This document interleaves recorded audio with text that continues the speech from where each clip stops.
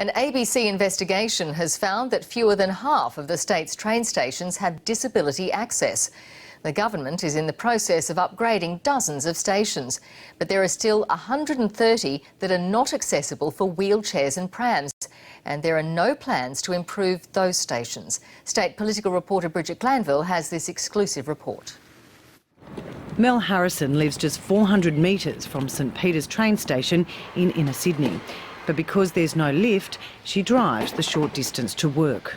It would be a lot easier for me to be able to get to work if I could catch a train, because where I work I'm also next to a train station, but that train station isn't accessible either.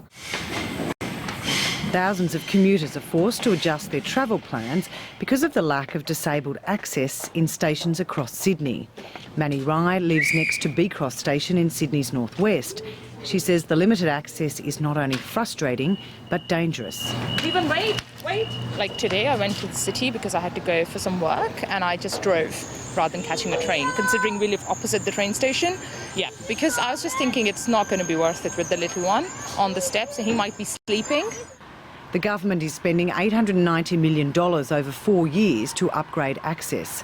But the ABC can reveal only 9 stations have been upgraded since 2014. Around New South Wales there are 311 stations. 162 are not wheelchair friendly. Stations in Sydney's booming western suburbs are some of the least accessible, with no lifts at key stations including Kingswood, Doonside and Rooty Hill.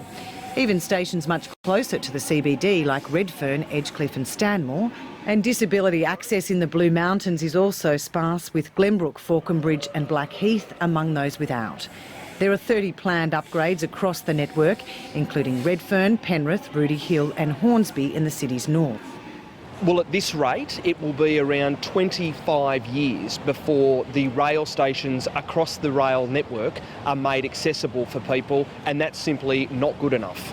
No one should kid themselves here. This has been years and years and years of neglect, which have put up a barrier to people with disabilities accessing vital transport networks. The disability sector says it's not only the access to platforms that's a problem. Disabled people are restricted where they can board the train and have to rely on drivers or station staff to provide ramps to get them on and off the train, which they say can be very distressing, particularly at peak times. We are an ageing population, and so I think there's going to be more and more people that need accessibility throughout their life. It's looking like a challenge for generations to come. Bridget Glanville, ABC News. And for a full list of stations without disability access, check out ABC News online.